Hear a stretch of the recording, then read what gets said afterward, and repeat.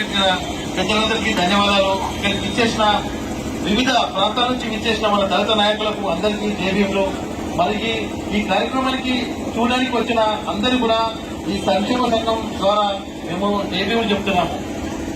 ఈరోజు వాస్తవంగా ఇక్కడ అంబేద్కర్ విగ్రహం పెట్టాలన్న ఆలోచన రాము ఎక్కడున్నాడు కానీ మేము అంటే అంబేద్కర్ మా గౌరవనీయులు మా ఎమ్మెల్యే గారు మాకు బాబు జగ్జీవరావు విగ్రహం ఆయన ఒకసారి సభలో చెప్పి అన్నగారు ఇప్పించారు.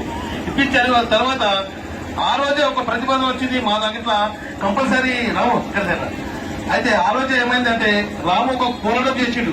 అలా మేము ఇక్కడ అంబేద్కర్ విగ్రహం పెట్టుకుంటాం, మాకు అవకాశం ఇవ్వండి, మీరు ఒక విగ్రహం ఇప్పించారు బాబు జగ్జీవరావు ఉంది, మా సొంతంగా మేము పెట్టుకుంటాము, మాకు అవకాశం ఇవ్వండి అని అన్న అడిగిండు. కానీ ఆ రోజు ఎమ్మెల్యే గారు ఏమన్నంటే వద్దు, వైజంక్షన్ దగ్గర ఒక పెద్ద విగ్రహం ఉంది, మీకన్నా ఇక్కడ బాబు జగ్జీవరావు విగ్రహం ఇప్పించిన ఫిరోజ్గూడలో కూడా ఉంది, దయచేసి మీరు ఇంకోటి అడగకండి, ఇబ్బంది పెట్టకండి అని అన్నాడు. మేము కామగా ఇక సరేలే అని ఊరుకున్న సందర్భాలు ఉన్నాయి.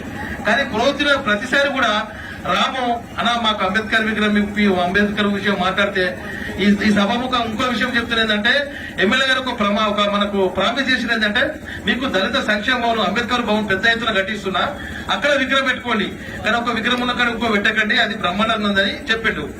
ఆయన మేము వేరే కార్యక్రమాల కోసం ప్రతిసారి పోయినప్పుడు కూడా రాము ఒకటే అడుగుతుంటుండే, తమ్ముడు అన్న విగ్రహం పెట్టుకుందాము మనము అవకాశం ఇవ్వమని అడిగితే ఒక్కసారి రాముకు సుజాయ కన్నా రాము మనం నర్సాపురం ఎందుకు రాము పెట్టుకోవడము, అవకాశం ఉంటే మనం శోభన దగ్గర పెట్టుకుందాము అని ఆ రోజు అన్న.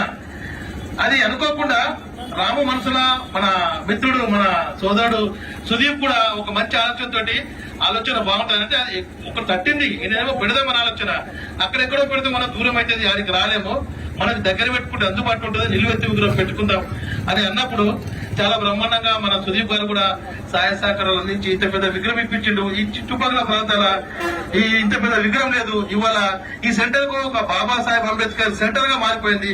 దీనికి ప్రత్యేకంగా సుదీప్ గారికి ధన్యవాదాలు. ఆ రోజు అవకాశం ఇప్పించిన మా ఆవుల రవీందర్ రెడ్డి అన్న గారు మరియు మా ఎమ్మెల్యే గారు గౌరవనీయులు శ్రీ మాధవ కృష్ణరావు అన్న గారికి ప్రత్యేక ధన్యవాదాలు చెప్తున్నాం. అలాగనే రాము ఇంతకుముందు మేమందరము అడ్వైజర్ కమిటీ ద్వారానే తమ్ముడు ఇంతకుముందు మేము అందరం కలిసి యునానిమస్ గా అంటే ఏకగ్రీవంగా ఎన్నిక లేకుండా ఎన్నుకోబడ్డాం.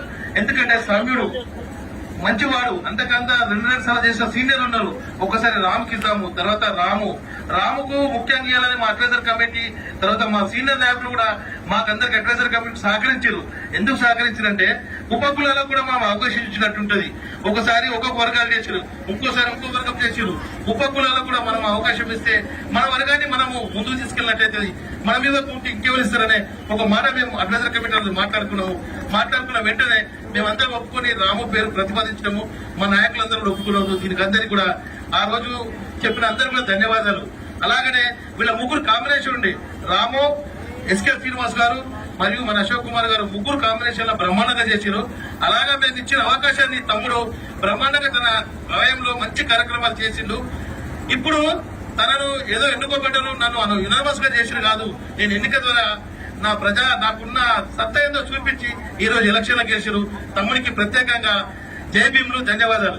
ఈ అవకాశం ఇచ్చిన మిత్రులందరికీ పెద్దలందరికీ ధన్యవాదాలు. జై భీమ్.